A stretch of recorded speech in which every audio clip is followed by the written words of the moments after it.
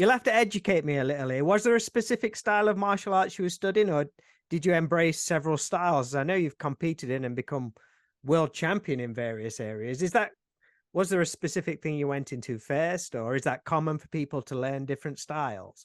No, I started off in Tung Sido, which is Korean karate, and I got to my black belt with it. And then I didn't, at that time, we didn't have any weapons, and I was Right. competing, and I was in New York City, and I saw a guy by the name of Benson Lee doing a double-headed spear form, and he studied Ying Jiao Pai, which is Eagle Claw in New York City.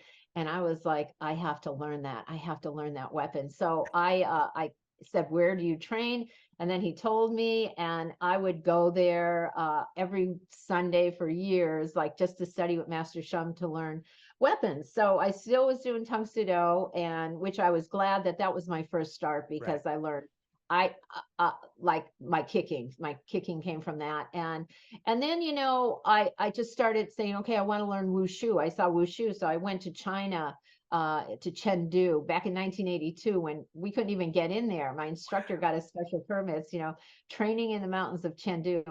And I've studied like Tai Chi, I've studied Kempo, I studied Shaolin, Pai Lum Kung Fu, and I don't recommend for everybody to do this, this, and this, Right. and this all at once.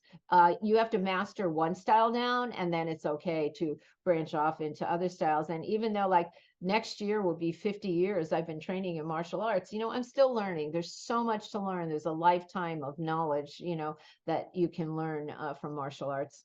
Unreal. And how was it back then being a female in a very male dominated field? Was it a struggle to compete, or was the martial arts community open to allow a female to move up the ranks? Did they say it as positive for the sport, or you'll have to excuse the pun, did you have to fight to open doors to compete at different levels? How was it back then?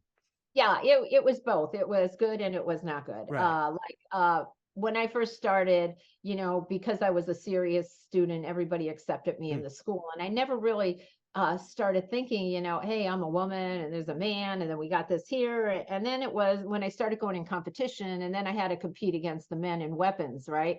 1982, I was number one in North America. And that was something really not too many women, I don't think anybody has done, is one for the consistently for the whole year. And that was hard because Yeah. sometimes I would get judges that would go, oh yeah, well, she won because she got little diamonds on her uniform. And I was like, oh my gosh, diamonds, I wish. Maybe I wouldn't be here competing if I had diamonds all over my uniforms. But I get little comments like that. And I was the first woman on the cover of Karate Illustrated magazine. And I know the editor, Renato Barden, fought very hard for me, and they were like, no, women don't sell. So again, I had that there. What was the uh response to the issue though when it came out? oh, it came, it when it came out, it did phenomenal. And Yeah. you would think it would open the door for more women to get on, and eventually a little here, a little there. And it's funny because I've been on the cover of Black Belt magazine, like I think like 3 or 4 times, but in like 20 years there's only been a few women, on the cover. Right. So it's a process, and I think it's not only martial arts, it's in the film industry Hmm. as well, in business. It's just a mindset or an attitude of different people. And it's funny because I would deal with things like, I remember after a major competition, I was sitting, we would go after and have a drink, or get something to eat, and one of the top male competitors said to me, he goes, oh, how did you get on the cover of Karate Illustrated? Did you sleep with the editor? And I looked at him, I went, no, why? Is that how you got on the cover?